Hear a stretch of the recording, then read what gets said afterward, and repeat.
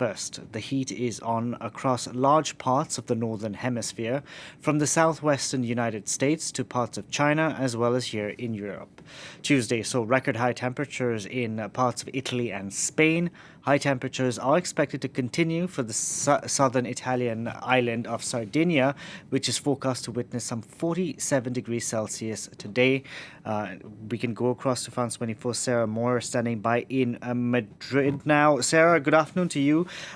Madrid saw 45 degrees Celsius yesterday. Things are slightly better today, but they haven't changed much, have they? They haven't. It still feels very hot in Madrid with the temperatures expected to hit 38 degrees. But as you said, it's not the worst part now of Spain. We're going to see 44 degrees in Murcia. There's 9 out of 17 regions in Spain that are getting those red or orange alerts, which means that the danger to humans is extreme or very significant. And the authorities really telling people to be very careful indeed. In Andalusia, for instance, in Malaga, we can expect temperatures of 42 degrees. In Seville, the local authorities say that they've had tens of thousands of calls to a local helpline set up really to ensure that people who are suffering from the effects of heat can get advice and help.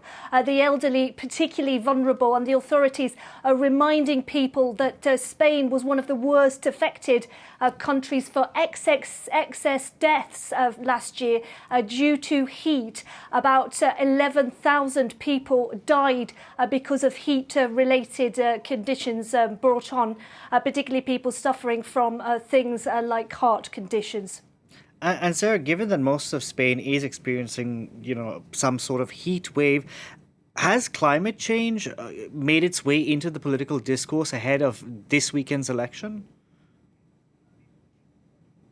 It certainly has, and particularly at a grassroots level, the far-right party Vox is hoping that it can be a kingmaker in the general election and that it could end up even claiming seats in the government with the People's Party if the People's Party needs its seats and its votes in the parliament. And Vox has been particularly targeting areas where there's large amounts of drought. There's some reservoirs in Catalonia, for instance, where we've seen about a third of the reservoir is full, which is very low even for this time of year. And basically, the far-right party Vox has been promising an easy solution, sharing of water between regions, but also saying that it would scrap some of those climate change laws that mean that farmers can't use as much water as they want in places like Andalusia. The current Minister for Ecology is a socialist, and she's been saying that some of those promises are irresponsible. So very much a campaign issue, and we'll have to see how those drought-stricken areas vote in this general election on Sunday.